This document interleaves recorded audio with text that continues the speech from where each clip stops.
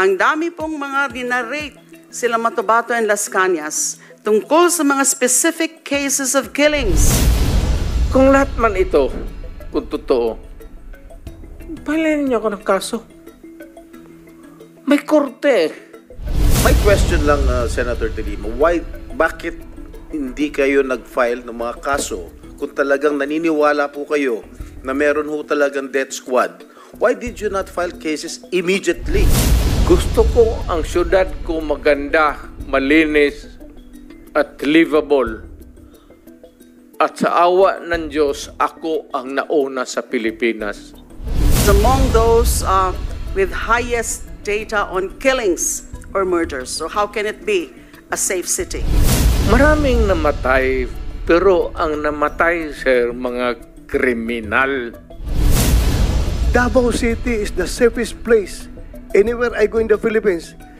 The safest place for law-abiding citizens and the most dangerous place for the criminals. Kung CHR chairman siya, wala pa rin siyang, wala rin nangyari sa mga investigation at wala pa rin nakitang ebidensya. Nung secretary siya ng DOJ, which is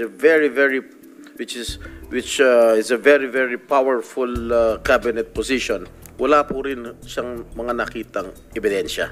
At hanggang ngayon, yun pa rin po ang sinasabi niya, wala pa rin gustong mag-testify, wala pa rin siyang kinakasuhan. So I think that is a matter of incompetence, Mr. Chair. Kaya ang Davao malinis, kaya ang Davao ngayon, anytime maglakad ka, walang gagalaw sa iyo. Alam ng tao kasi pag magkamali sila, hindi yung police, they have to deal with me. Dapat ako ang imbestigahin dito kung extrajudicial killing. Wala yan sila. Ako mismo ang...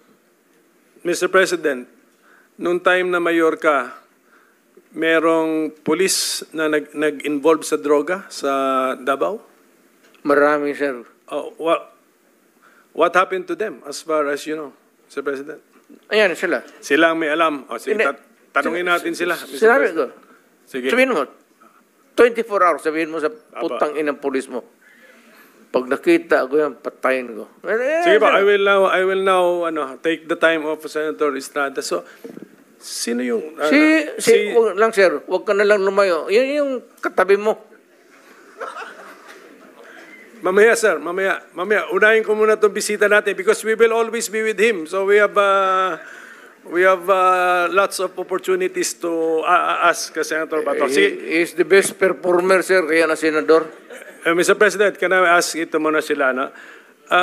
General Gamboa, Your Honor, hindi ka man nag-chief ng Davao, but tama na dumaan ka rin sa Davao sa career mo? At ano highest ang position mo po dun sa Davao? Yes, sir. I was the official spokesman of the Police Regional Office 11 for 2 years. Regional? Yes. How about the city level? Wala, sir. I was never assigned the city officer. How about General Sinas? Sir, you were never chief, di ba? So, dumaan po ba kayo sa career niyo sa Davao City? Never, sir. Never? Yes, sir. Okay. How about si General Karamat?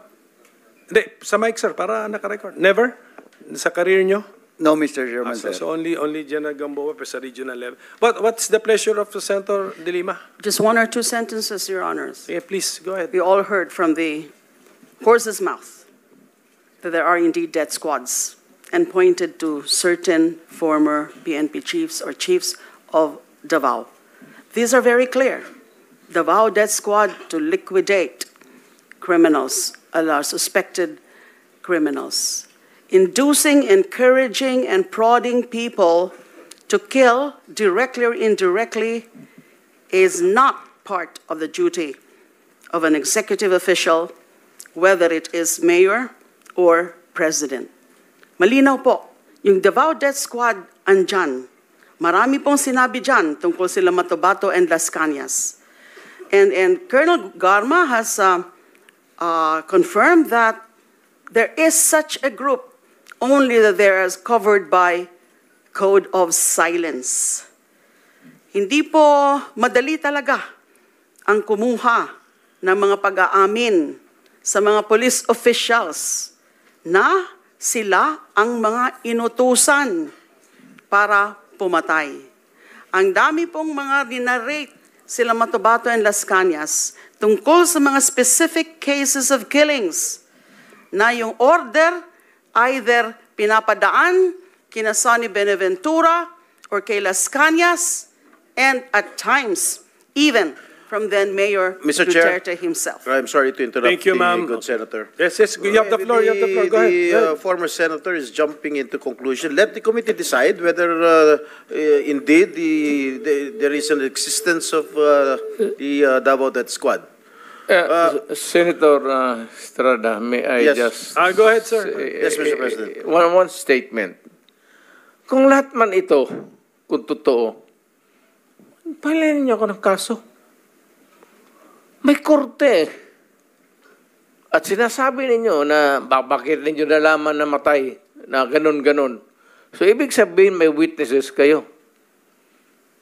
O, file the case in court or file the cases in court. Sabi ko nga dito sa ano ko, mine and mine alone. Gusto ko ang syudad ko maganda, malinis, at livable. At sa awa ng Diyos, ako ang nauna sa Pilipinas. Alam mo bakit, sir? Ako po'y empleyado lang ng gobyerno. I started as a prosecutor. Kaya kapa ko yung kriminalo, pati yung mga criminals. That is why, Mr. President, I was asking during my line of questioning a while ago, addressed to former Senator De Lima, why did she not file cases when she was the head of the Commission on Human Rights? She investigated, allegedly, the DDS, if there is a right term for it. She did not file any cases. You were present, Mr. President, when Senator De Lima, or when she was the chair then of the CHR, you were present during the investigation, if I am not mistaken, Mr. President. Yes, sir. And the President, when I asked him, denied that there was an existence of the Davao Death Squad. My question lang, Senator De Lima, bakit hindi kayo nag-file ng mga kaso kung talagang naniniwala po kayo na meron ho talagang death squad? Why did you not file cases immediately when he was just still a mayor? Yes, Your Honor. Nasagot ko na po yun. Hindi mo nga Dahil sinasagot yung mga pwede talagang mga maging witnesses ay hindi pa willing, takot pa na mag-testify against the former mayor. All right. When you were Secretary of Justice, you had all the power. You were a very, very powerful cabinet member under the Aquino administration. Why did you not pursue it? Because at that time, wala na nga hong nagiging resulta ng mga nagiging investigation din. Because again, Madam Chair, mahirap Madam kunin. Chair, Madam Senator, you were a very, very powerful member of the cabinet during the Aquino administration. You had all the resources. You had the NBI at your disposal. Lahat ng mga government agencies were under your disposal. You had the ear of the President. Bakit hindi kayo nag-file ng kaso laban kay Mayor Duterte? At that time, the relevant, real evidence, testimonial evidence, wala pa po sa aking disposal. Although I did try, yung sinabi ko po kanina, na rinifer ko na muna sa NBI. So, kaya lang, yun ang naging report, binalik nila sa akin. Now, they're trying, pero nahihirapan din sila na i-access yung mga witnesses. Mr. President, Yung Mr. Chair. sinasabi po kanina ni former President Duterte na Davao is the safest city, I think that is belied by statistics. I don't have the exact statistics now, but I read certain data It's not the safest city. It has So what is among the safest city, highest, as far as you I know? would not know. It was it registered as among those with highest data on killings or murders. So how can it be a safe city? Mr. President, Mr. Chairman, with the permission of Senator Jinggoy. I think the former president wants to answer the accusations. These statements Mr. of President, former yes, you're senator. recognized. Maraming namatay, sir. Marami talaga. Thousands, I would say, from yung naging mayor ako. Marami. Ito yan sila. Dito yan sila lahat. And they would tell you, si Danao, si Koy, si Yambua. Ito si Senator Bato. Maraming namatay, pero ang namatay, sir, mga kriminal. Alam mo kasi ang Davao is a crossroad kasi ang unang nag-bloom sa Mindanao, tagaroon ka man, sir, ang Davao. Kaya saan yung progressive at saan yung pera negosyo, nandoon rin yung mga kriminal kasi ang negosyante pati ang kriminal magkasama yan. Kung saan yung pera, mga negosyante, nandoon yung mga kriminal. Kaya ganon. Kapag kabubo ka na mayor at hindi mo takot kang makulong, ako, di makulong, di masama makulong. Okay, Senator Bato, go ahead. Yeah, I just would like to put on record na